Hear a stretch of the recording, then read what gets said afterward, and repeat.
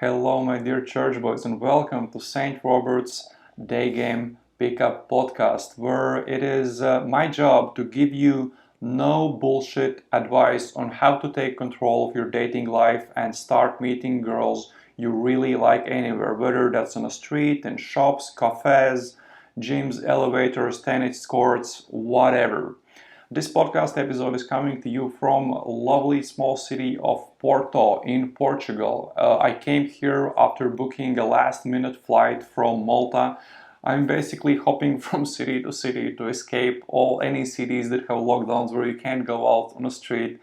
And I'm just looking for the last islands in Europe where you can day game, where you can do whatever the fuck you want freely. Because obviously you can day game in any city where you can go out. And I'm here coaching a student. I'll stay here until I get bored or until they tell me I cannot leave my apartment. So we'll see how this goes. And in this podcast episode, I'm sitting down with Mark Zolo, who is the owner and the guy behind the Naughty Nomad blog. Let me read you his about page. Hi, I'm Mark Zolo, also known as the Naughty Nomad. I am an Irish guy who loves to travel, and like most travel bloggers, I keep it real. Think Lonely Planet with sex, drugs, and rock and roll. I've been to 110 plus countries, not to mention Antarctica and a few self-proclaimed republics. After living 2 years in New York City, I've relocated to the Mediterranean. My goal is to visit every country in the world. I'm 56% complete. I'm also a little bit naughty. In fact, I'm a globetrotting, border-jumping, adrenaline-seeking, international debaucher. Although I've calmed down a lot in the recent years. Also, I've been known to travel to war zones dressed as a Mexican pirate. We recorded this interview several days ago when I was still in Malta. Mark owns a few bars in Malta, that's his brick and mortar business. And we were just sitting in one of his bars, having coffees and chatting about his adventures. If you have ever Googled something along the lines, how to get laid in insert city name, one of the top results in Google results was probably his blog Naughty Nomad, where he has written descriptions of many cities all around the world. I had never read his books, but right now I'm reading his book Naughty Nomad and the stories are sick. Although I must admit the book is pretty short. This is the first seduction-based memoir I'm reading and it's really crazy. Smuggling drugs, escaping getting arrested, actually getting arrested, jumping more borders, crazy sex, and many other crazy adventures. I highly suggest to read that book. As you know, I'm recording this podcast once a week, maybe once in 2 weeks, depending on how busy I am with infield coaching and with Skype coaching with my day game students. But if there is anything else I want to share with my audience, I want to send my followers, maybe it's cities where I'm going, some meetups I'm organizing, maybe I'm announcing some interviews I'm doing and I'm asking, hey, is there anything you want to ask this guy or any interesting ideas, lay reports or tips and tricks about day game, maybe new videos I'm publishing, then I usually either send it out to my mailing list or I publish in our Telegram group chat, which is called Daygame Church. So if you want to be sure you're not missing out on any fun day game materials, then make sure you are on my mailing list and also in our Daygame Church group chat. If you want to join both of them, then simply go to my website strobert.blog, that is strobert.blog, and fill out the form on the website. In the welcome email, you will also receive an invitation link to join the Daygame Church group chat, where we have over 180 daygamers from all over the world. And you will also get a link to join daygamecourses.com, which is a free online course platform where I have published several courses on texting and on dating completely for free. When you are learning daygame, there are many things to focus on when you try to get better. You have to overcome approach anxiety, you have to fix your voice, You have to learn to open stronger and open in the right way, using the pre-opener, the opener in the correct way. You have to learn to stack, you have to learn to storytell, to tease, to build comfort, to close strong, etc. When students send me their recorded sets from conversations with girls on the street, or simply when they have coaching goals, I can very fast notice the biggest mistakes they're making. I'll listen to two or three conversations and see them repeating the same mistakes over and over again. And usually those are things they didn't even know they're doing. Learning everything at once is a very slow way to improve your day game. But when I point out the most important mistakes my students are making, and when I tell them the exact few things they should focus on during the next 100 sets, students start improving much faster. I work this way with guys from all over the world, different places in USA, Canada, all over EU, guys from UK, even guys from Dubai. So if you want me to help you find out what your biggest mistakes are and what exactly should you focus to stop making those mistakes and get results in the day game faster, you can check out all about my coaching goals and sign up for one by going to strobert.blog/call. That is strobert.blog/call. If you want to do that, do it now. And now, without any further introductions, here is my conversation with Mark Zolo, also known as the Naughty Nomad. Click start. So, hey, hello, dear church boys. We are sitting here in the lovely island of Malta, where I'm still escaping COVID, with the one and only Naughty Nomad, the Mexican pirate, Mark Zolo. Hey guys. And let's start with what we were just chatting about. Dude, what the fuck happened with your sailboat? Yeah, well, that was an ill-fated journey. So I bought a sailboat in Marseille last. Start again, or No, just go. You were just loud guy. Put it a bit. So I bought a sailboat in Marseille last month and went over last Monday to try and sail it over to Malta, and went out on the Tuesday. We provisioned on the Monday, went out on the Tuesday, and we knew the weather was going to be bad. We were looking at windy.com, and it was, they have like different color levels. It was like light blue, green is good, then it's yellows, reds, or we were in the yellows and reds, and we decided to risk it anyway, and we went out and we got smashed. We were trying to fight the wind and the waves, and it was a bit scary now, to be honest. So we had to turn back in the end. And the guy I was with, he's quite an experienced skipper. He was actually my instructor here. Young guy, he's only 25, but he's crossed the Atlantic, so he's pretty experienced. For him to say, no, we're going back. We knew it was going to be risky at the end of October trying this journey, but yeah. Anyway, so we turned back. The next day was way worse, so we would have been stuck in over 40 knots of wind, and we would have been. Yeah, I don't know if we would have been alive, to be honest. So it was a good thing we did turn back. The next day, we had a little window of opportunity. But instead of going into the wind, we decided to go like 12 hours south, kind of parallel to the wind, perpendicular to the wind, and just get out of the hairy stuff, get out of the danger zone, and then we could turn towards Corsica and Sardinia. So we did that, and it was 12 hours of hell. I mean, at night time, you hit these huge waves. You couldn't see them. During the day, when I was steering into the...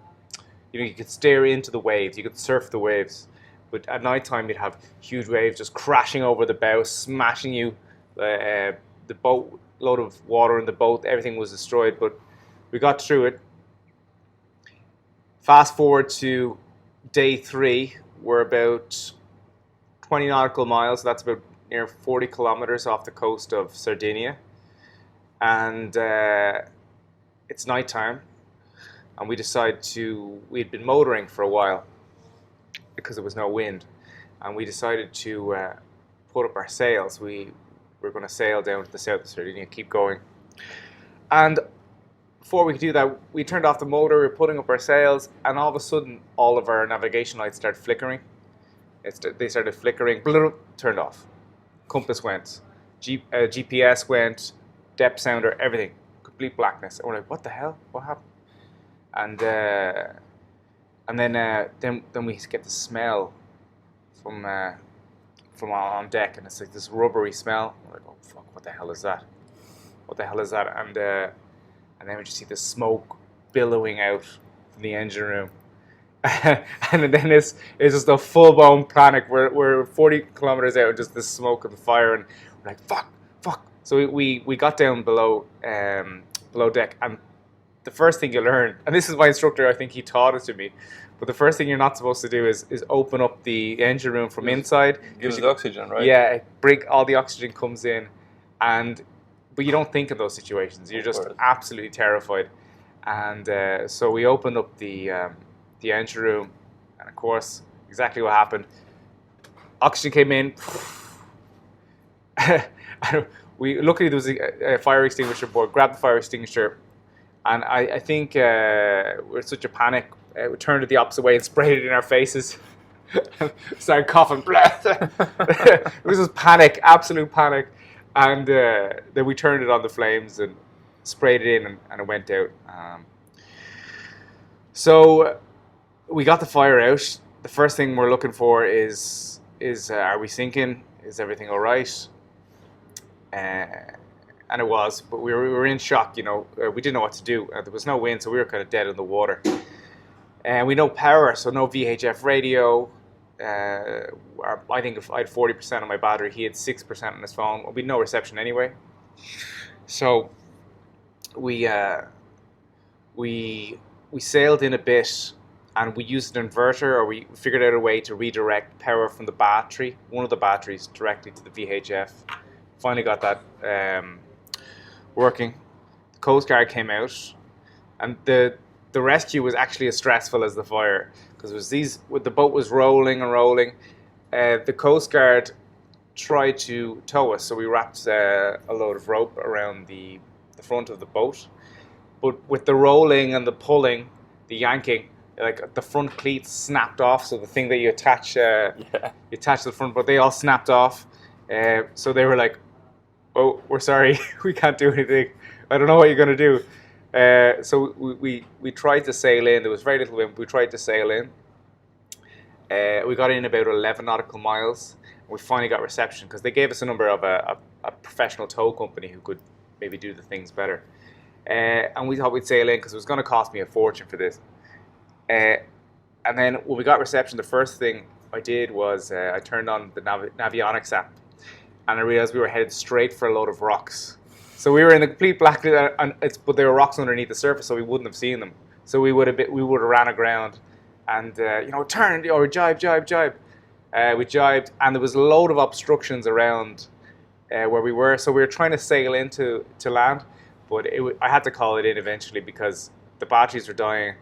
The VHF radio as well, the battery was going to run out. We couldn't give away our position, so we had to get the tow company out eventually. And then again, they tied around the mast, the ropes around the mast. The rigging was old, so started to stress the mast. I was like, the mast is not coming down. That would destroy the boat. So we eventually wrapped a load of rope in towards the cabin, like through the front hatch and out where the anchor comes up. So it was in the internals. Yes. And after about 3 hours of really slow progress, we managed to get to the marina, and it was quite the adventure. And then the next morning, I got told, "That'll be €6,000, please. You have to quarantine on the boat for 14 days, and the marina's full, so you're going to figure out how you're going to move the boat." And my other skipper, he already left. He left immediately to go fly back home, because he knew it wasn't fixable. All the electronics were fried. The starter motor was fried. But eventually I got out of it. I used Photoshop creatively for a COVID test. Oh, damn. Which we do not encourage. Don't do stupid things, and don't blame us for legal stuff afterwards. Well, the thing is, my passport was expiring on the 2nd of November, so I had to get out of that situation. And I begged them, and eventually let me stay in the marina. So it's up there till April, and also I got him down. I got the price down as well. He knew I was in a bad spot, so yeah. So it all worked out in the end, sort of. So the boat's in Sardinia.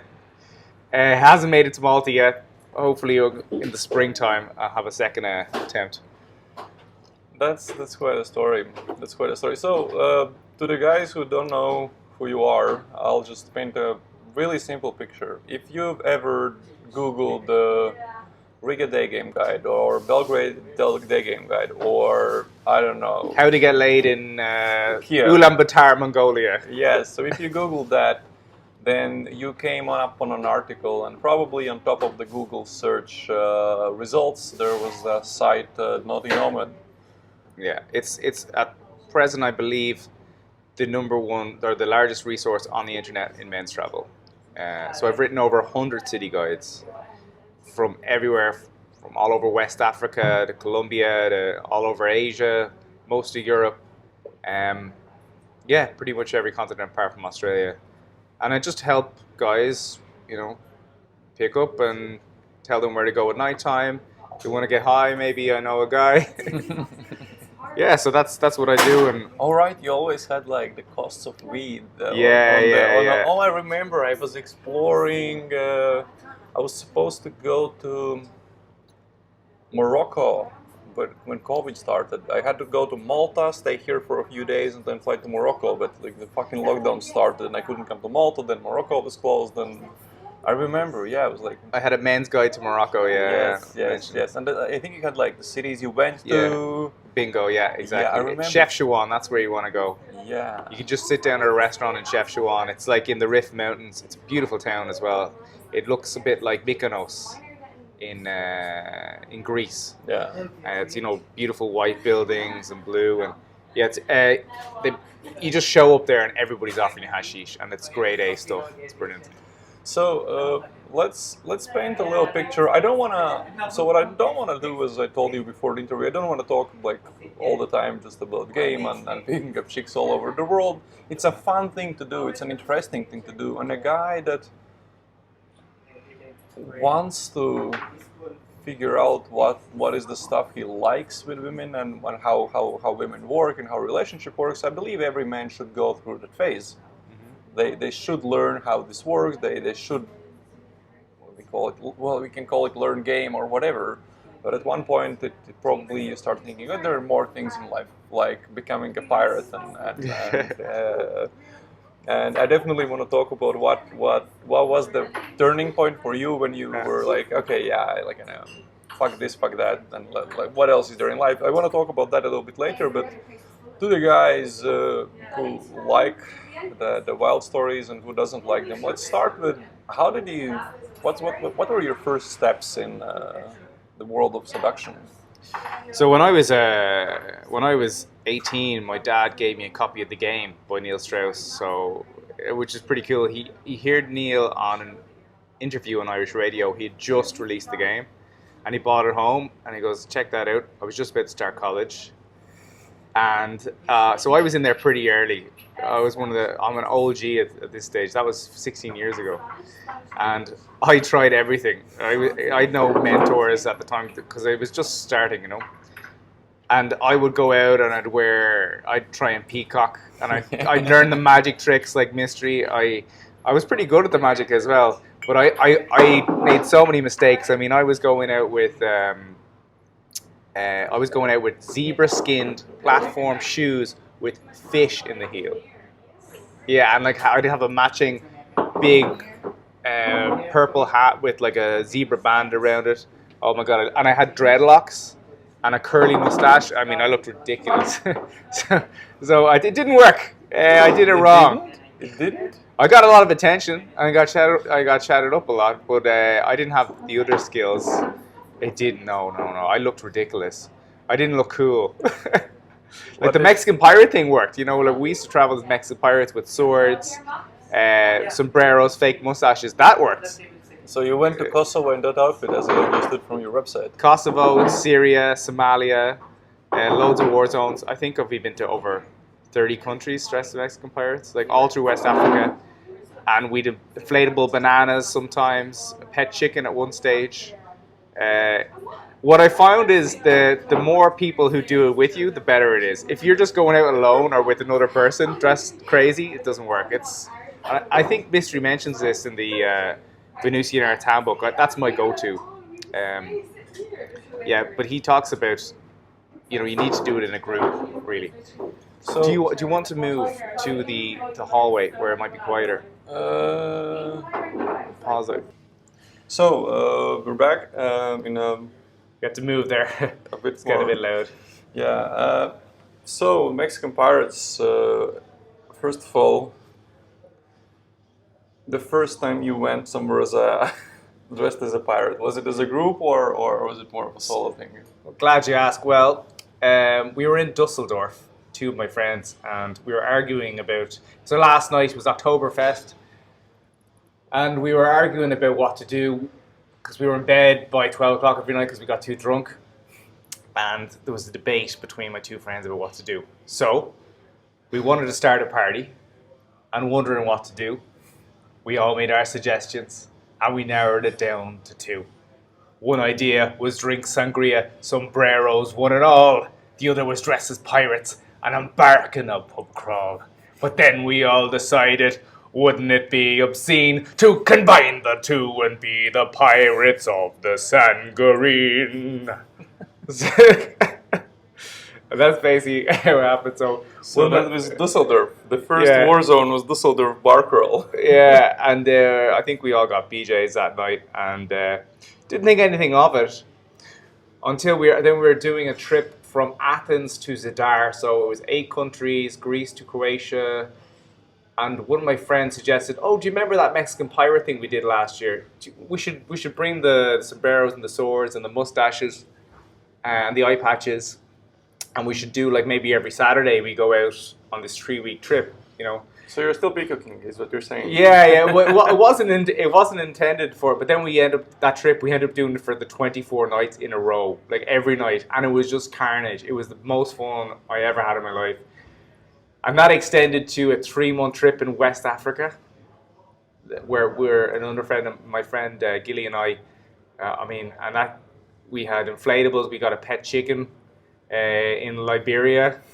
And was just madness. We went into Cote d'Ivoire during the Civil War, and we nearly got killed in Nigeria. There was a whole lot of stories. I write about it in my last book, My Life as a Mexican Pirate. What? I'm listening. And Nearly get killed part. Yeah, oh yeah. Just a brief. It's a couple of times. I've had a few close calls in my life. And then we were trying to up the game again. So after Cote d'Ivoire, we ended up doing the same thing in Syria during the war, 2012, when it was bad in Damascus. And then after that, we had to up it again, and eventually it accumulated in Mogadishu, Somalia, with a suicide bomber's decapitated head at my feet, brain oozing it. I have a YouTube video, actually. I did a documentary. Wait, someone decapitated someone in front of you? There was a suicide bomber who blew himself up. In front of you? No. It was prior to us arriving to the restaurant. Oh, okay. And I had my video camera. I did a documentary on it. The last episode is still up on YouTube. The last episode with the suicide bomber, where you can see his head and stuff. So the guys that want to see it now, what do they search on YouTube? Naughty Nomad, The Way to Mogadishu. Because the other 3 episodes got pulled. I don't know why they left that one up. YouTube left that one up because that's the one with the most graphic content in it. And I write about it in my book, obviously, but it's pretty horrific stuff. The Mexican Pirate book. Yeah, My Life as a Mexican Pirate, MexicanPirates.com. That was my second book. My first book, see what happened as well, my first book, Naughty Nomad, was pretty extreme anyway. It got to #1 in travel writing in Amazon. It was just my life from 18 to 23, my first passport. It was very extreme, a lot of drug smuggling, a bit of war zone stuff. We went from Cairo to Cape Town, all through Africa. We jumped borders, ended up in jail in Siberia. There was a lot of crazy stories in it. And I guess with the Mexican Pirate thing, I knew I was writing a second book.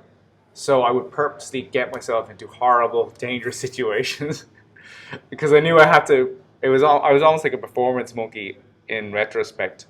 But it produced, I mean, a great book. I'm really happy with it, and now I need to be a bit more relaxed. I say that as I got rescued from a sailboat last week, but yeah, it was kind of a downward spiral of madness a bit.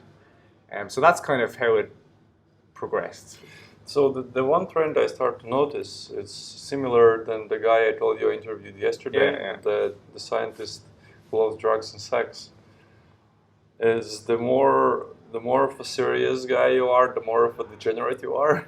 Yeah, And you seem to have the same kind of vibe. You have your serious side, Yeah. but you have your complete degenerate side, which I love about. That's the thing Cheers. I love in life, that people that can have both of those sides instead of just picking one and then living unhappily either as a drug addict or as like a workaholic. Whereas if you do all of those things in life, that kind of brings I don't know, more fun to it. I guess it's everything in moderation, including moderation, and a lot of it's balance, because if you're very serious all the time, you need an outlet. So you definitely. There was a good who did I hear? There was a good quote about this, or people talk about it. I think even Tusk, James Tusk talked about this with an interview with Troy Francis. Was you go monk mode for a period of time, and then you have concentrated periods of degeneracy and Yes. craziness. That's maybe a good way to live your life, as opposed to being always on the other side of the spectrum, where you're just always crazy, always. Yeah, it's kind of what I got the vibe from Tusk. When he's London, he's like, chilled out and working, and then he goes to South America or wherever, and bingo. Well, it's like myself now. Like I have 3 bars now in Malta.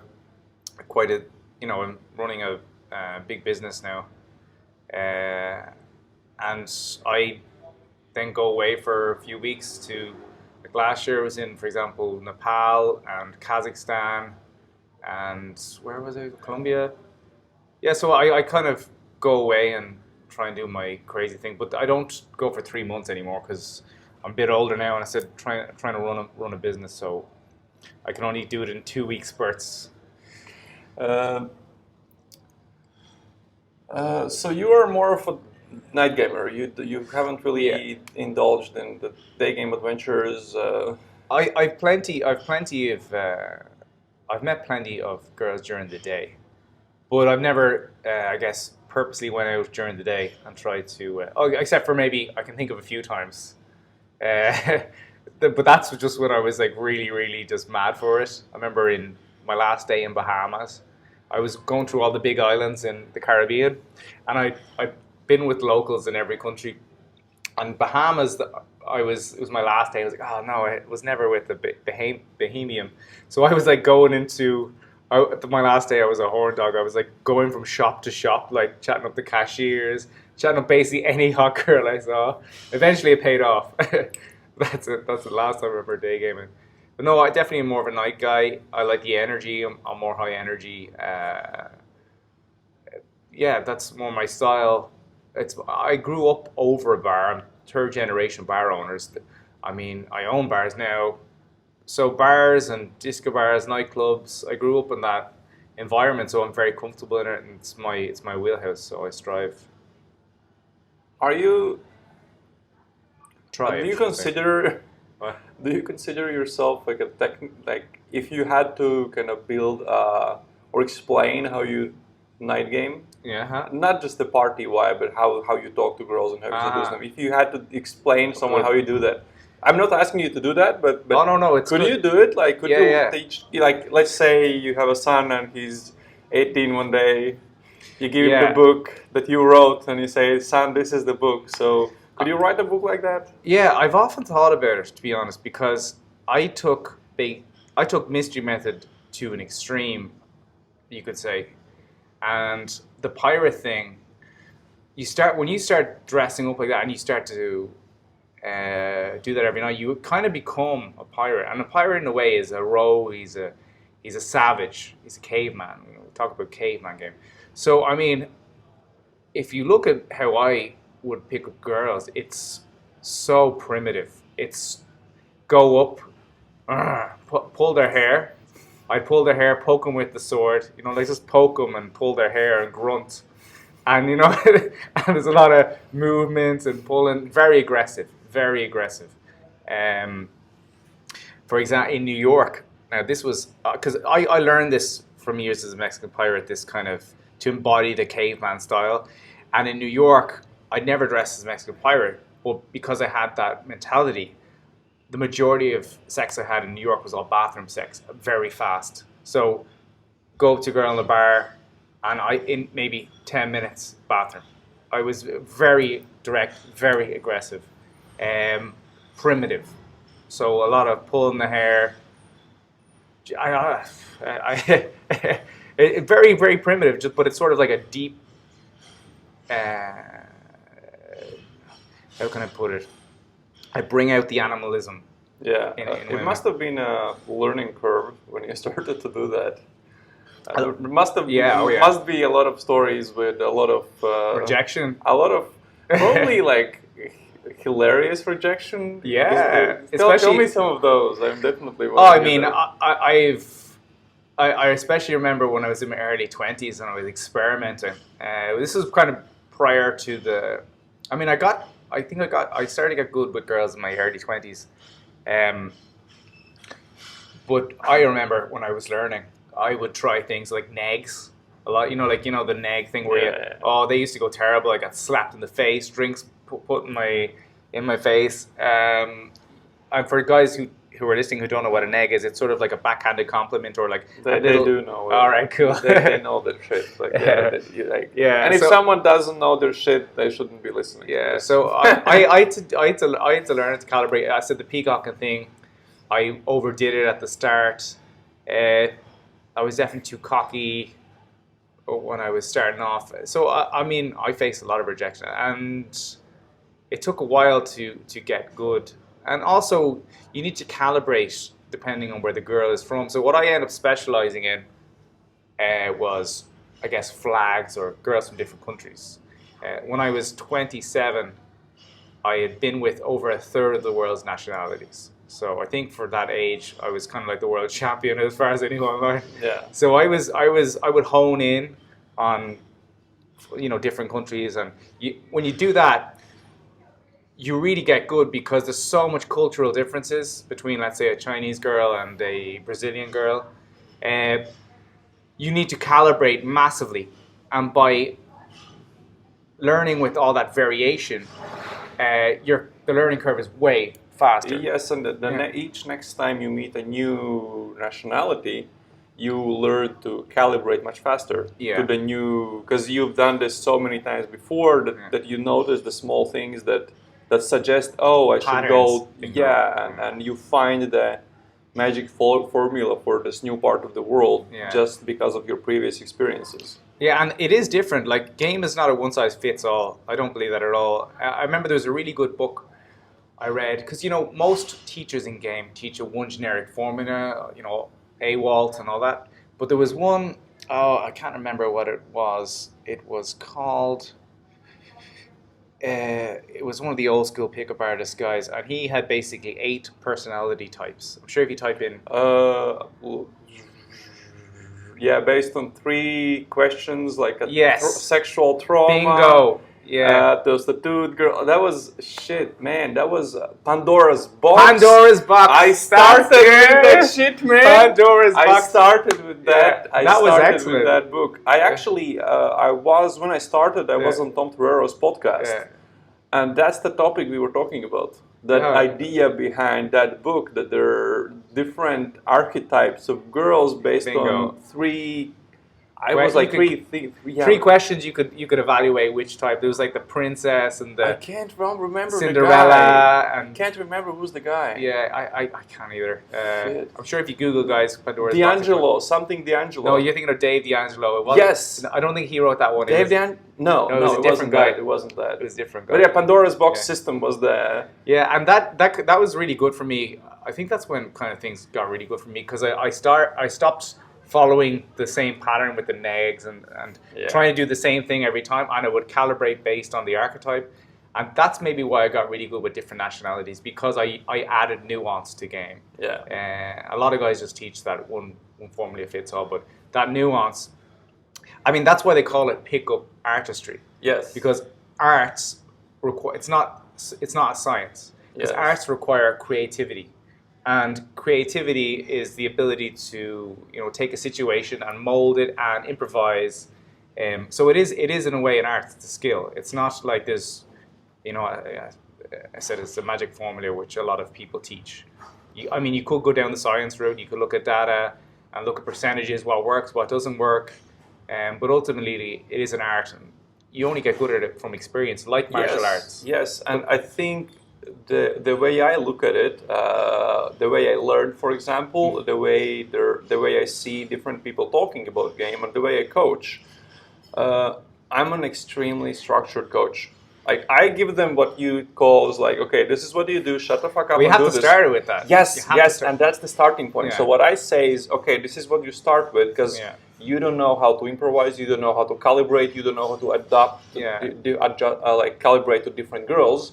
So here is what you start with. Bingo. Once you get success with this, you will start to see small things that would have, like, you kind of learn to, this is your starting base, and you learn to, your foundation.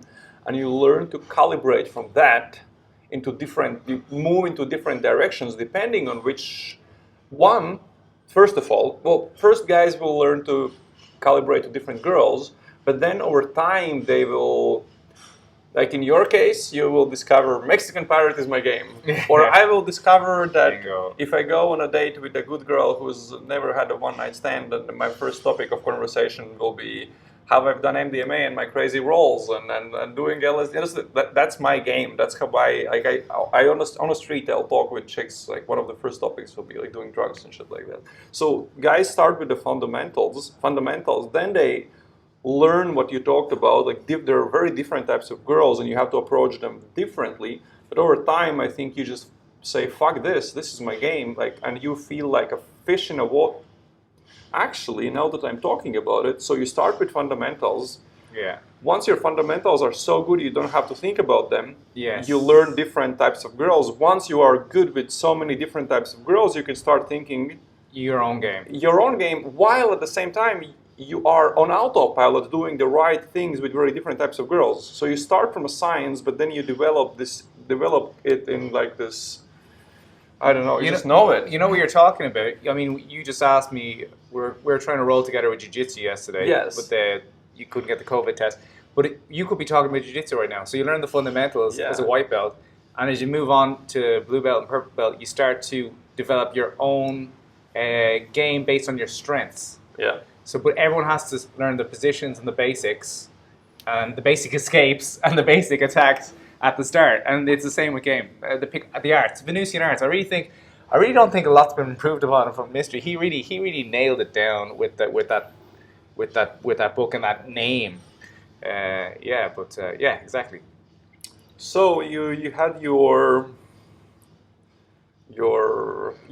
mentioned in your about page on your website that you've done all this crazy shit, but over the last years you've kind of chilled out a little bit. Yes. Tiny bit. Yeah, I have my, obviously last week still trying to sail across oceans and stuff, but I mean, my initial goal was to travel to every country in the world before I was mid-30s. But then I knew another Irish guy. He has a website, One Step Forward. He's a millionaire blogger, dude, travel blogger. He did it. He was an Irish guy who did it, I think, by his late 30s. And I remember... What's the blog's name? One Step Forward. Sorry. His name is Johnny Ward. His name is Johnny Ward. Johnny Ward, okay. Yeah, and interesting guy. You should actually probably interview him. That's why I'm asking. He's been to every country in the world. Yes. I think he just got engaged with this hot Thai girl. She's gorgeous. And he has probably his stories. Yeah, I guarantee his stories. I will try to reach out to him. But but he had done that. And I remember he went through a year of, what do I do next? I'm going to every country. And I thought to myself, if I did do that, I went to my 100th country on my 30th birthday. And I thought, if I did finish every country soon, what would I do with the rest of my life? I mean, the rest of the second half of my life would be a big anticlimax. So I was like, you know what, I don't need to be in a rush to do this.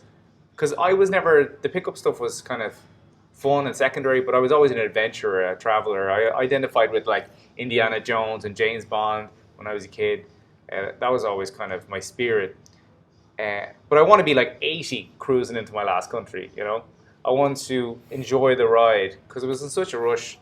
So now I'm you know, my adventure is in business, and I'm hopefully going to start a family in the next 2 to 3 years as well, because, you know, I'm 34 now. I think 36, 37, it's probably a good age to have kids.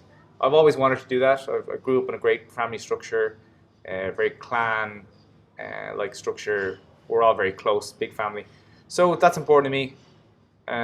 Yeah, why can't I travel the Pacific Islands, maybe in a sailboat, with my children? So that sounds like fun too. I love your thinking, because that's something I've been thinking a lot about. I definitely don't want to hang up my boots and stop traveling and having adventures. Having adventures. So just a quick interjection about this. Even though I plan all this, guys listening, very important area in your relationship. You keep doing guys trips with your friends every year. That's just a non-negotiable. If you make that normal in the relationship, it'll be normal 20 years from now. So every year, me and my friends, we still do our guys trips away in crazy places. And that just, if you make that a norm, it's not. And obviously, years ago it was pirates and drugs, and now it's probably golf and. There is a bit of that, but we did actually go to Belarus and Ukraine dressed as Mexican pirates in January. So wait, that's that's a long time ago. Yeah, okay. Yeah. So we did have a bit of homage to the Mexican pirate. One of my friends was getting married. It was a stag do. We said, we'll do a last Mexican pirate bash, and it was mad. It was a mess. It was a mess of a trip.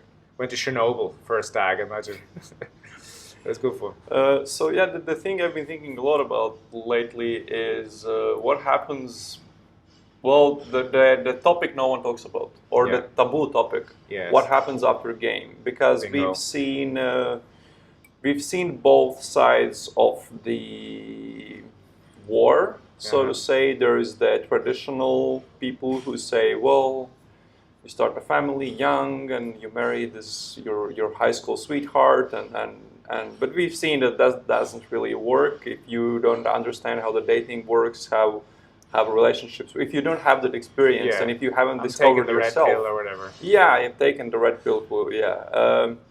So we know that doesn't work. Then we have London guys who were, the relationship sucks. You just travel, you just bang chicks. That's all you do. That's all you need. I've met a lot of those guys in their 50s, and it doesn't look as cool. Yes, so it's definitely something you should do, but we see where that led. Where that generation, we see the old generation, the relationship generation, we saw it doesn't work, statistically it doesn't work. Yeah. And we also see that the fuck relationships, let's just travel in the game. Yeah, there's a lot of guys now in the red pill, not all of them, of course, but a lot of them were like, all women are hoes. Yes. What's the point?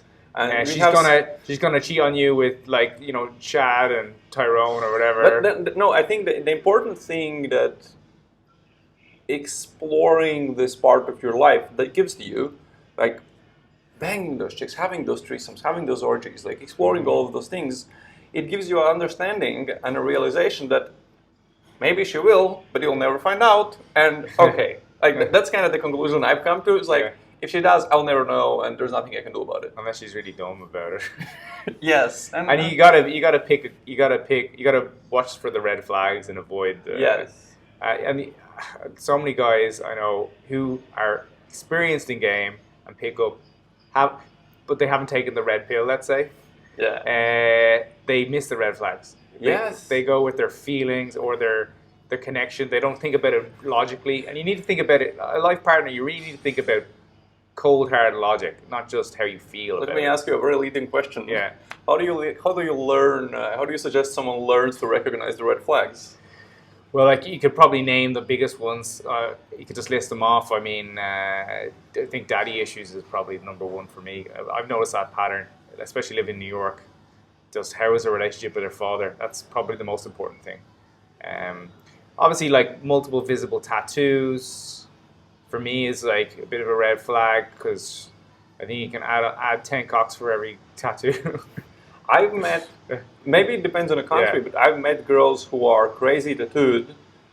But I used to see this chick for 2.5 years. Blue hair, earplugs, tattoos. She was the purest thing I've seen. She was the purest girl I've slept with. Yeah, so there you go. I mean, that's just the whole. That's why I don't like the whole AWOL to all girls are like that thing because there is nuance. Yeah, but what I meant with the leading question, like, what I think is if you haven't had those few years where that's all you do, you learn the game and how it works, and you haven't seen all of that stuff. When you do that, when you do the relationship stuff, non-monogamous stuff, a lot of it, you learn to not cling to the feelings you get instantly, because normally a guy would sleep with a few chicks, develop feelings for one of them, and boom. Yeah. Which, what I've seen is the longer I do this, the longer I live this single lifestyle, the harder for me, not harder in a good way, not harder in a bad way, harder in a good way, the harder for me it is to develop feelings quickly. Yeah. I don't find myself falling into the trap that easily, which means I think I can look with a kind of clear vision on what's going on, and then make a decision. Okay, what do I do? What do I want to do with this next? Bingo, yeah. Instead of just. I mean, in a way, it's sort of a curse. When you get all this experience, it's almost very difficult to develop any sort of connection because, they say it happens to women about it's more difficult to pair bond when they've slept with X amount of men, but it's the same with men. You don't. The girl who's like super beautiful and super nice to you, you're kind of immune to her charms in a way, and it makes it hard because I find it's a lot harder to connect with people and like girls in general with all the experience. It's very hard for me to really connect like I did when I was in my late teens, 20s. But in a way, it's a blessing because I can be very logical about what I want. And I can ignore the red flags, and choose the green flags. This person will be a good mother to my children. It gives you clear vision, as you were saying. So the problem is, I don't know what the sweet spot is or what the number is, but for sure there's a point where if you sleep with X amount of girls, it can be an issue. I think it's unhealthy. I have experienced that myself because I do struggle with intimacy and connection because of all the experience. And you also, the fact that that there's so much abundance out there, there's so much options, you don't really feel like orientated towards one person. So it can be poisonous in a way, too much experience. So I don't know if I'd recommend guys to go out and knock up like big triple digit. Don't bag 1,000 chicks. I don't know I don't know what the number is where you have enough experience that and confidence and what's the word I'm looking for? I don't know, it's gone. But I don't know what the sweet spot is where you're not naive and see clearly. But there's definitely an upper limit. If you were to spurt out a number, what would it be?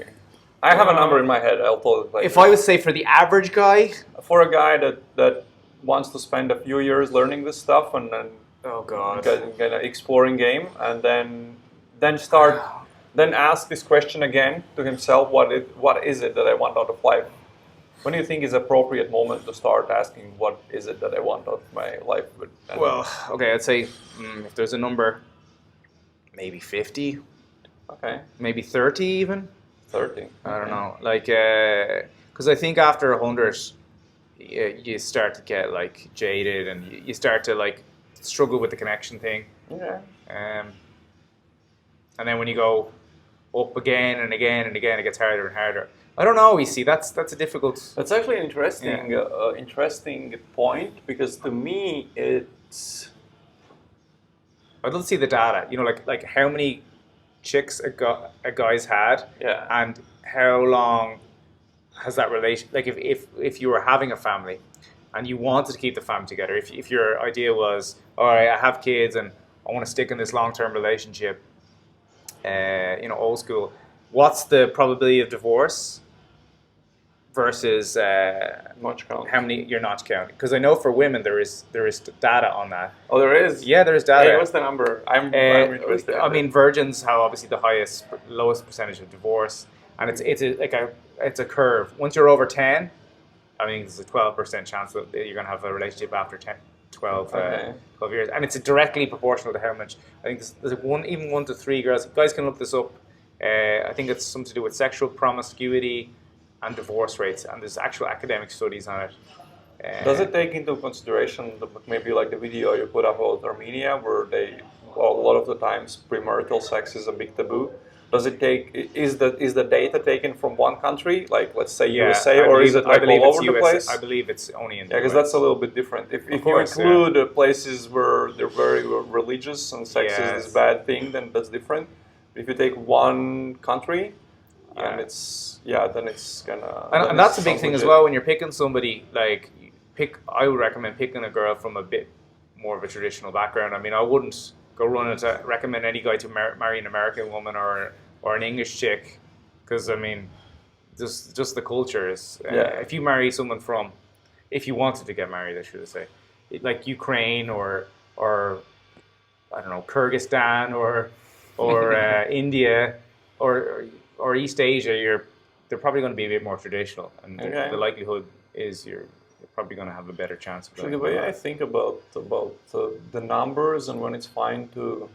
Well, what number was in your head? My number was 100. 100, for sure. But that's for me. Yeah. Because But the thing is, if you're good though, that's easy, right? But I'm talking about. I was thinking of the average dude. The average dude can't knock up 100 chicks. I don't think. I'm an average dude. Nah, you're tall. But I have game. You got a nice beard, testosterone. You got tattoos. I mean, you do. You can tell you do pretty well. Well, let's say I was at 30. Yeah. Notches, just like because I've been living this single lifestyle for 33. Oh, similar. And I've been living this lifestyle for the last a bit more than 3 years, and up until then I was at 30. I've had 30 notches. Ah, okay, and I was so you're coming to the game a bit late then. Yes, I was like I had 6 relationships from 15 to 33 to 30. I was like a big relationship type of guy, and then I kind of decided, well, this doesn't work for me. Yeah. I looked at it and it's like every time is worse and worse, even though I'm trying to do the right thing, and each time I try, I'm trying to do more of the nice guy right thing, and just more and more of a disaster. And I just said, well, if this doesn't work, I'll go on an exploration. I'll see what other options there are. And so I discovered Daygame by Googling how to meet chicks. Nice. And then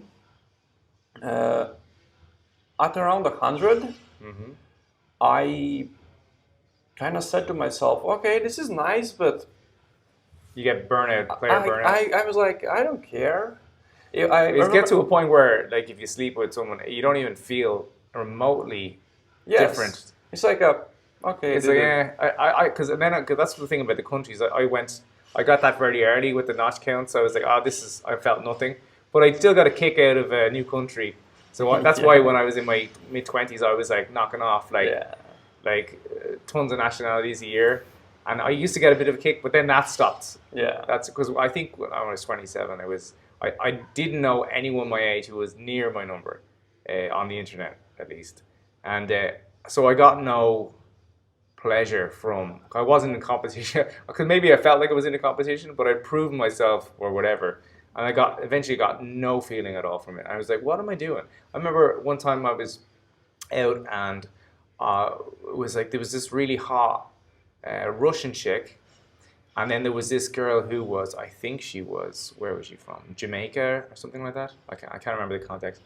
But the Russian was like, an 8, and then the other chick was like a 6. But I went for the 6 because like, new country. Yeah. And then I woke up next morning, I was like, what the fuck did I do that for? That was so dumb. Yeah. Just because I wanted the new country, And also she was black and had a big ass, and I like that.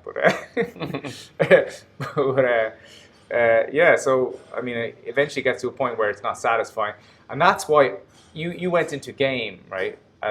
When you were here in 29-ish. Yeah. Where I were around that age when I was in late 20s, I got a lot more satisfaction when I joined the gym and got into jiu-jitsu. Yeah. That was actually, I've got a lot more satisfaction from that then than the girls thing, and even just building up a business, and got a lot more satisfaction from enriching my masculine side in other areas apart from the sex thing. Because guys overly, they look at themselves in the mirror and evaluate themselves as men mostly by how much women they are with or how successful they are with women. And once you get sorted in that area of your life, you look at other areas. And that's something that's difficult to get across for men because they're so obsessed with pussy that, I ignored the advice about like going to the gym or sorting out my money, my finances. I didn't care about that stuff when I was young because I just wanted pussy. And I could get it with being out of shape, and that's what game works. I mean, being out of shape and being broke. And I killed it. But when you get those things, when you start to feel a bit better about yourself, your body, and you get strong and you know how to fight, and you have money, you get so much more inner confidence from that. You feel a lot more self-esteem. What I found is I actually started sleeping with girls less because I didn't feel like I needed validation from women as much. Because I used to definitely sleep, a lot of the sex addiction, I don't know if we call it sex addiction, but a lot of it came from validation and trying to I'm such a man, look how manly I am, look at all these girls I've been with. And I think that's maybe where, I'm talking about it being unhealthy, racking up those numbers. So why are you doing this? Are you racking up like triple digits because you want to prove something to yourself, you want to feel like a man? Are there other areas of your life where you're neglecting, where maybe you could fulfill that hole in a more holistic fashion?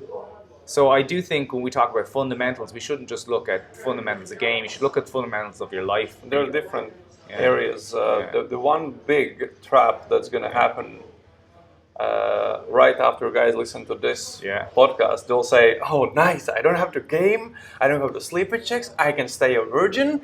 And I just have to build my value. I have to work in my business. I have to work in my fitness. Obviously, I have to go and train Brazilian Jiu-Jitsu.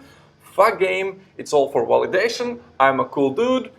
Build the ship. The chicks will come. So that is absolute projection. That's what that is. That's like the pussy way out. Guys, you still got to learn game. You still have to learn game. You still have to get those notches in. It's a foundations, right? If one of the pillars goes down, the building ain't worth crap. I'm saying look at all areas of your life, but you need to sort out your love life, because nothing will tear down a man faster than being bad with women. Because if you don't know how women work and you don't have the skills and experience, you're going to get your ass cheated on, divorce raped. You're going to hurt in the end. Guys who understand women better are going to have a better life. Because the biggest decisions you make is if you want to have a family now. Obviously, not everyone listening to this wants to have a family, but not yet. Maybe one day, they'll get the feeling. Yeah, exactly. But or maybe not. Maybe they join a church, become Christian, and ban all the pickup content from their sites. Yeah, but I mean, but let's be honest. If you guys are listening to this, they're interested in learning game. Of course. Yeah. So I don't think you're going to get a lot of people listening to this. The MGTOWs, they call it. Well, maybe some guy sees this, they see your name, and they start listening to this, and they say, "Oh, Mark said I have to focus on fitness and money." And I'm in my early 20s. You don't care about fitness and money in your 20s because you can pretty much, the body's a bit kind on for the drinking and the eating. And, it's okay to be broke in your 20s. People don't care because every other guy is broke in their 20s, but you're just so horny as well, so you just bang, bang, bang. But no, you should look at all aspects of it. But if you're doing it and you're racking up all these numbers and you just keep doing it like an addiction and you're trying to fill a hole because it's a black hole, then you might want to zoom out. But first you gotta try and fill the hole. You gotta get experience. I mean, you could say the same thing about money. When is enough? There's a lot of guys who say that's the black hole. They go down that rabbit hole. Money is the game. Money is their pussy. Is like they can never earn enough. They're never happy. Yeah. You have to kind of zoom out and look, what do I really want to, because that's kind of what's my philosophy in life in general. I've always hated being told what to do. I have almost never worked a real job, like a 9 to 5. I always had weird businesses. And I have a tattoo, like my chest tattoo says, I do what I want. And it's, one of the meanings is, well, fuck you, I'll do whatever the fuck I want. And the other meaning is, I do what I want. If I want something, I'll fucking go and do it. And so for me, it has always been really, really important to do what I want with my life and understand what are my values, what's important for me. But in business, in the last, I don't know how many years, that has been the thing I've also helped others do. My background is business coaching. I used to work as a business coach with in small companies, and especially with owners and their teams. And the reason I did that was I realized a business owner comes in his office and his employee forgot to do something, didn't know how to do, fucked it up, forgot, just didn't do it. There were all those reasons why the employee didn't do the job. And now the owner, instead of focusing on new businesses, new challenges, new projects, has to do the employee's job. So I've been always eager to help people fix their lives so that they could do whatever it is they want. And coaching Daygame is the same thing. I wanted to bang hot chicks. That's it. And I know that so many guys want to do the same thing. And it's, I think, so you find out what you like, you get good at it, but after a while, when you start seeing that it has turned into a bottomless pit, you ask yourself again that question, okay, what is the next thing I want to do? And maybe it's settle down, maybe it's start a different type of business like you've chosen to do, maybe it's, I don't know, become a drug lord or like change your gender, whatever your thing is, I don't give a fuck. And I think that's the beauty, but guys have to understand that if you are a horny motherfucker, if you are watching porn and fapping, and if you are a part of no-fap movement, then it's also, you're actually a crazy sexual freak because you're deliberately not fapping, which is actually thinking about sex all the time, or like you have to acknowledge who you are and what it is that you want, and you have to fucking pursue it in your life instead of just focusing just on things that don't really make you happy. And I think it's very positive what you're doing. I mean, I think I first gave up porn when I was 7 years ago. Believe it or not, that was long before became the No Nut November stuff. But definitely going out, getting a teacher, learning Daygame. I mean, I think it's super positive. You're going to get more confident, get more experience. I don't think you have to worry about the guys who are like saying, "Oh no, I don't have to do that." That's like saying, "Yeah, you don't have to go to the gym. You don't have to make a lot of money. You don't have to learn how to fight. You don't have to do anything. I mean, you just sit home, get government checks." Live in Malta. Yeah, it's warm. It's nice. You don't need to pay for heating. Life is easy here. It is a good lifestyle here. In fairness, I mean, you can't get through to those people anyway. I think people who have a growth mindset will always try and strive to be better in all aspects of their lives. So I think the first thing every guy needs is a growth mindset. And you really notice that there's two types of people. There's people with a growth mindset and people who are just, be yourself people. They're just in their comfort zone. Yeah. They don't really do much. And that's probably the majority of men.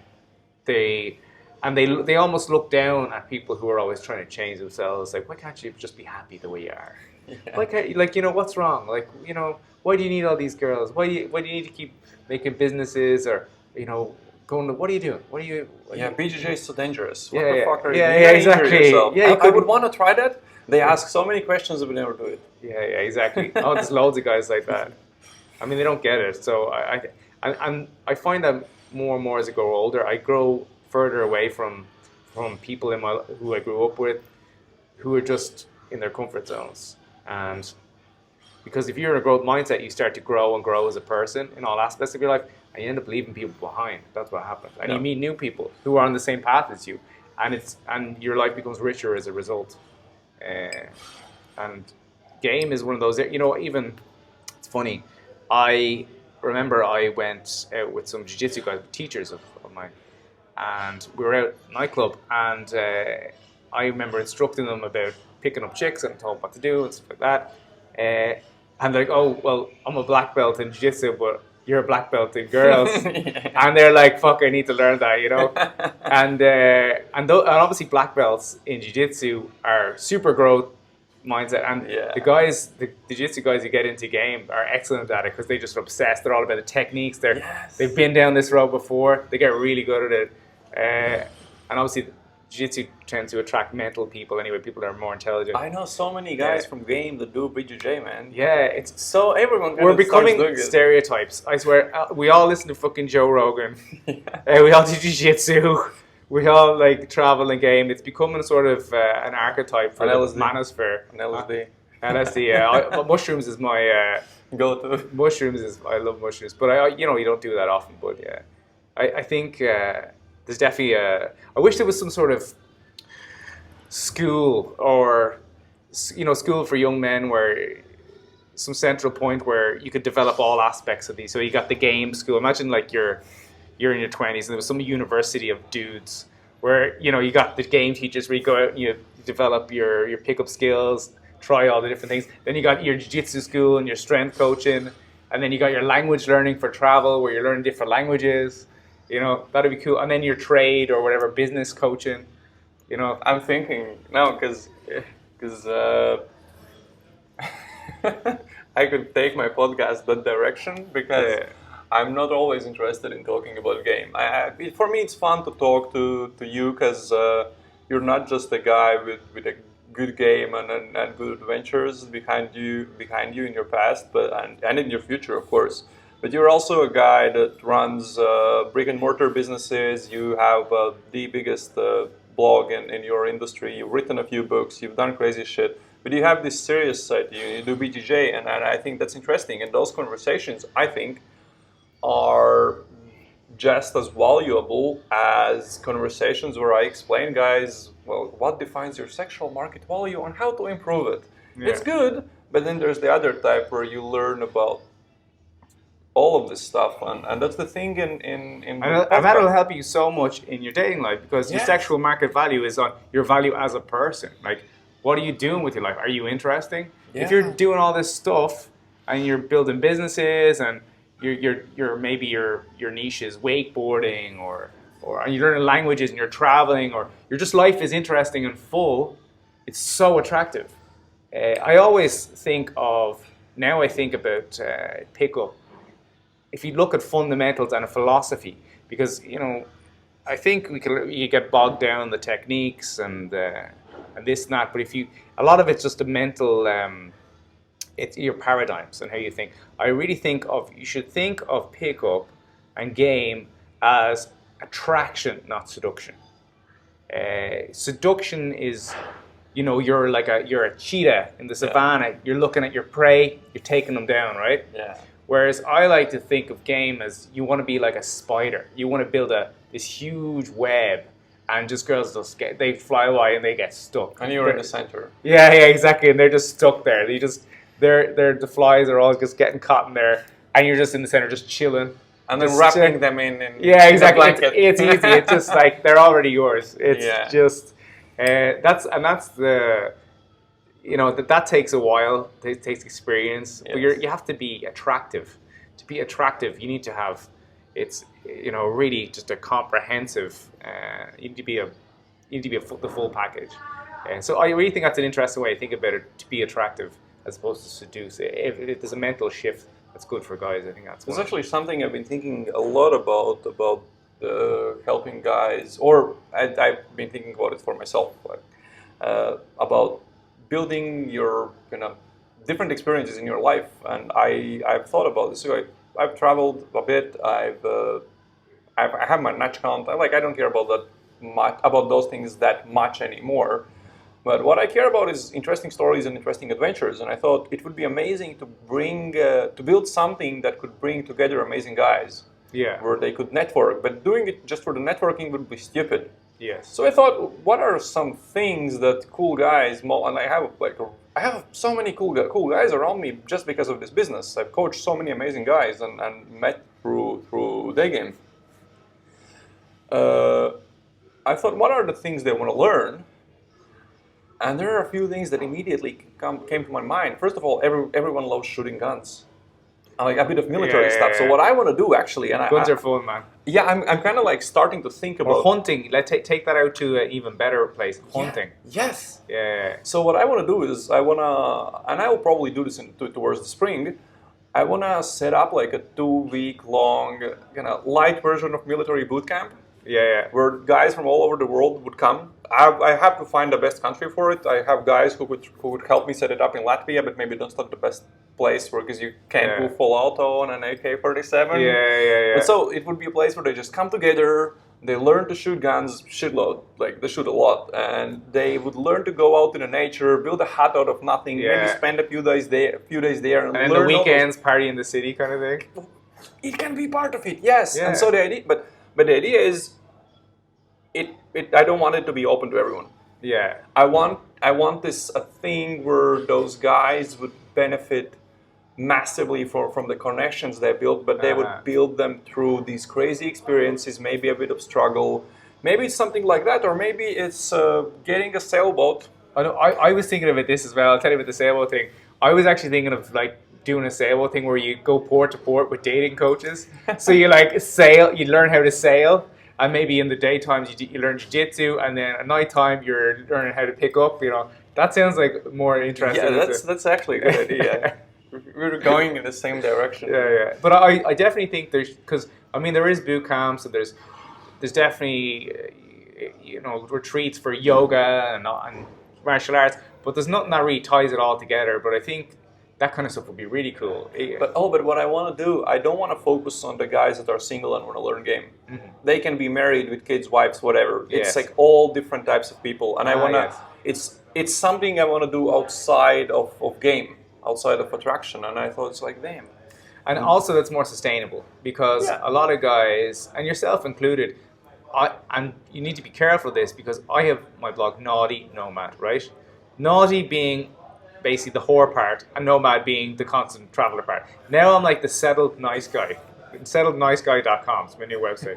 Okay. But the problem is, and with being a dating coach as well, you have the label dating coach. Yes. And there's an expectation that you kind of have to fulfill this role, and it puts you in a box, and you put yourself in a box. And guys need to be careful about that. Like, when you put a PUA beside your name in a Twitter account. Yeah, fuck that. It's a terrible idea because all of a sudden you're stuck in that PUA thing. What happens when it's 10 years down the line and you want to do something else, and maybe you've built this huge audience, but you're still, John PUA or whatever. Yeah. So something like what you're talking about is a good idea from a point of view of looking long term. Because maybe you don't want to be a dating coach when you're 50, right? Maybe you do. No. Probably not. I want to be a stripper. Yeah, exactly. So. Exactly. So, I think what you're talking about, there's not enough of that kind of stuff for guys. I mean, guys run ultra marathons. They go and they do camping trips or maybe hunting trips, but there's nothing there's no network. There's not really good networks out there. There will be. There needs to be. So, listen, you have these two sides of your life. You have a guy who says, okay, I've done this. I've traveled, I have the notches, I might want to settle down, build a family. That's something you're looking forward to in your future. At the same time, you probably still have your Mexican pirate outfit. Your beard is very, very pirate. You have earrings. Do I see an eyeliner there? No, everyone thinks I wear eyeliner. No, I just have naturally beautiful eyes. But look, I got my pirate ring on me as well. You have your pirate ring, so you have those both sides to your life, and you're still living that. You're still going on trips every year with your pals. So it's been hard to integrate the two. It's been hard. It's been a struggle to integrate my former self to my new self, and to come up with something that I feel like I've integrity and authenticity. Like in a natural way where you well, because we're doing this in one of your bars, but we moved away from the main room so that your female staff could kind of be safe from your past I don't mind degeneracy exactly and that's something I've actually been very surprised to see in whoever I meet from this industry, because the deeper I've gone down this rabbit hole, the more the easier I find it to tell people what I do, and the more accepting they are. I've even started just in Latvia. People are quite accepting. They're very accepting. In fact, they're very interested, especially women. Yes, they're really interested. Not in other countries, but in Latvia, I very often will tell a girl what I do before I have sex with her. Yeah, I won't say I teach guys how to fuck chicks. No, because I don't really think that's what I do. Yeah. Part of it is what I do, but that's not the long-term I think goal. It actually works in your favor if you say you're a dating coach, because they'll light up. They're so interested. The shy girl might be pushed away with it. So what I do is I just tell, I work with guys who have very serious jobs, very serious lives, and they are at the point in their life where they want to say, fuck this, they want to quit their serious job, leave their wife and just start traveling the world, start an online business, improve their dating lives, and I kind of teach them to do all of that stuff, which is totally true. I do all of those things, and they are very open to the idea that I also work with dating. Obviously, I don't tell them that. I know that when you said we're not going to have sex tonight, I mean, I know instantly. Yeah. I'm already writing down your list. That's so true. That is so true. If anything that's been proven true is that if a girl tells you she's not having sex tonight, it's almost like, yes. It's like you're 90% there, unless you fuck it up hardcore. Yeah. But you have to really make big mistakes. It's the ultimate shit test, because every guy who doesn't know the game will hear that and be like, oh, shit. Yeah. Whereas everyone who knows the game is like, all right, nice. It's happening. Yeah. So basically, what's your plan for the future? And actually, I would be interested to come back to Malta in a year once you assimilated more in your kind of once you have merged your past and the future a bit more, and see how have you succeeded with that, and how you're looking at that like a year from now or 2 years from now. But what's your plan now? What's your next? You have a new book. That is My Life as a Mexican Pirate. It was out this year. Got to #1 in adventure travel. The reception has been amazing. Reviews have been amazing. I'm really happy with it. I'm finishing the audiobook at the minute. I'm a bit slow. It's a painful process, but I just set up a YouTube studio actually in my apartment. I saw your channel, but it seems you started it years ago, but now it's kind of starting to become more serious. Yeah. So I wasn't consistent at all. Didn't really take it seriously. But now I've made a space. I've actually taken a room. My brother moved out of my apartment. I bought a place here, and I got all the lights just arrived yesterday. In fact, got all the sound, the bass traps, the sound absorbers. Got my desk. My boom stand from I got all that just yesterday, and I really enjoy interacting with my audience and answering questions about travel or whatever, and I enjoy the live streams. I enjoy making videos. I'm doing a really good video about my sailing disaster at the minute. I love video editing. So now that I've kind of taken care of myself financially with the businesses, although COVID is killing me because the bars all got shut down now for the next month, but I'm still surviving. But now I want to do stuff that I really just enjoy, like play. I want to play a bit more. So I have that studio, I have all my instruments there. I want to just make some music. I'll eventually get my sailboat here. My plan was, if I felt confident going around the Mediterranean for a year, maybe take it across the Atlantic and do the Caribbean. I don't think I'm going to take it across the Atlantic after what happened in 3 days. The Atlantic terrifies me now, especially because the boat is only 27 foot. So what I might do is I might have it for a year here, sell it, then buy another boat in the Caribbean. And then I want to sail the Caribbean. I've been wanting to sail the Caribbean for ages because I want to go to every country of the world. Those countries are all close together, but there's no internal flights. The best way to do it is a sailboat. So I really want to sail the Caribbean before I have kids. And then once I sail the Caribbean, I'd think about family. But I'm going to take a few months off, maybe 6 months off in not next year, but the year after. Hopefully the world is back to normal by then. I want to do 6 months, just cruising around the Caribbean, spearfishing, you know, hunting below the water. Got the solar panels, you know, powering me up. I can sleep on the boat. It's like the ultimate idea of freedom for me. The best expression of freedom for me is something like a sailboat, because the wind is your power. You can make your own water as well with a rainmaker. Hunt your own fish. Like everything is just sustainable on that one little boat. And the fact that you can travel around to all these different cultures, for me, it's just the best expression I can think of to exercise freedom before I lock myself down in a horrible hole with screaming kids, and I gotta really focus on business and go through that next period of my life. So I wanna explore that first. Okay. So that's sort of my short to medium term plans. I'd like to build up the online stuff a bit more with the YouTube channel, just because I enjoy it, and also the COVID thing, seeing the effect it's had on my brick and mortar businesses. I have a beer import business as well, which obviously just got hammered. They banned alcohol sales here just recently in all the bars. Yes. So I had just 5 pallets of beer. I have like 6 tons of beer just arrived last week. You know what we should do? Drink it. Yeah. It'll take a while. I have a few friends here. I actually totally down for some pints. I do have a few boxes going off that I can go begging, because I have so much stock right now. So the COVID thing, I went building brick and mortar businesses, seeing how vulnerable the online stuff was. You know, Roosh, I was an affiliate of his. PayPal banned them. Yeah. There's a lot of censorship going on against the manosphere, dating, red pills, fear. So I was like, screw all this online stuff. I was like, I'm not relying on this. My income was going down, and there was a lot of even my website, just the Google rankings. I started to get shadow banned. I got shadow banned recently on Instagram, for example. I'm just tired of it, so I was like, I'm going to build some bars. I'm going to make some proper businesses. It went very well. We opened 3 bars in 18 months. I opened a bar, and within 18 months, it was like 3 bars. And I was starting to build an empire. You wrote on your website you had like €500,000 turnover. Yeah. That's just in 2 of our bars have that. So we had $500,000 in total, I think, at the minute. That's what we're like. Here is doing 10K a week. The other place is doing 10K a week.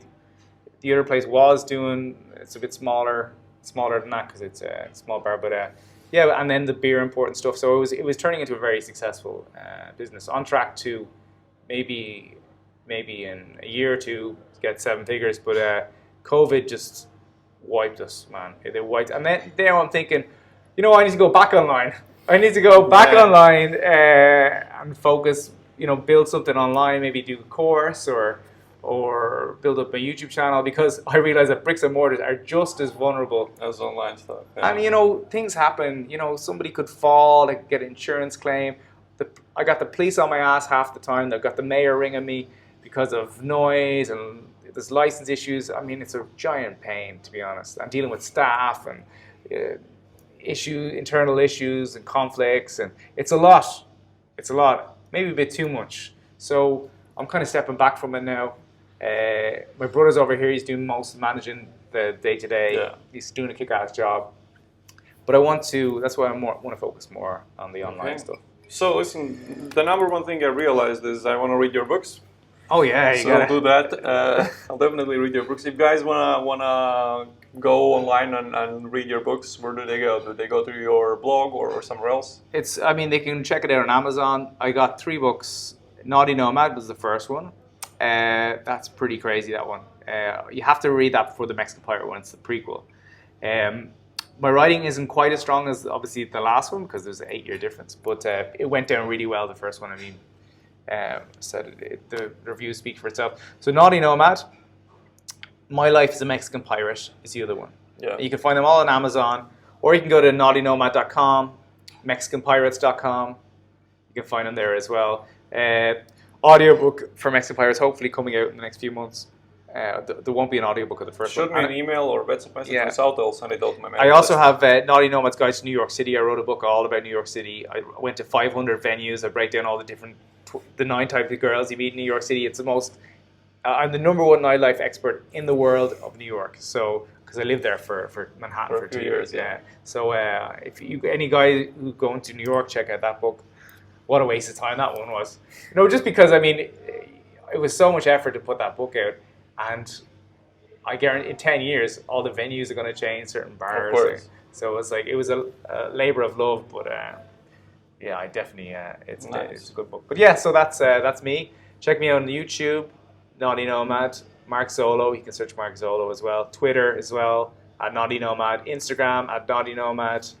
Yeah, that's... Thank you for doing this. This has been very fun. You're a guy with very different sides to you, and a deeper conversation than most guys with your notch count would be up for. Let's put it like that, because sometimes it's all about game, but we spoke about very many different things. It was very interesting for me, and I hope one day because I think we have so much more to talk about. But you have your jiu-jitsu class in 19 minutes. I've already taken 11 minutes more of your time than we agreed upon. No, it's a graduation. I have to be there out of respect, so it's not a class. But, So thank you for doing this. No problem, man. Absolutely, absolute pleasure. You're Paldias? Paldias, yeah. Yes, thank you in Latvian, right? Yeah. Well, my dear church boys, I hope this interview inspired you to take action, improve your day game, and maybe go on a crazy adventure yourself. If you like this episode, please, if you're listening to this on YouTube, give this video a thumbs up. Or if you're listening to this on iTunes, Spotify, or any other podcasting platform, please give this podcast a 5-star review. It simply helps me reach more guys with a no bullshit approach to day game, so they also can learn to improve their dating life and start dating girls they like. And if you have a wingman who you think will benefit a lot from listening to this conversation, just send him a link to this podcast episode. And as I said before the podcast, if you want to figure out what are the mistakes you're making in your day game and what exact things you should focus on for the next 100 sets to improve your day game the fastest and get results faster, then sign up for a Skype coaching call, which you can do by going to strobert.blog/call. Thank you for listening, and bye guys.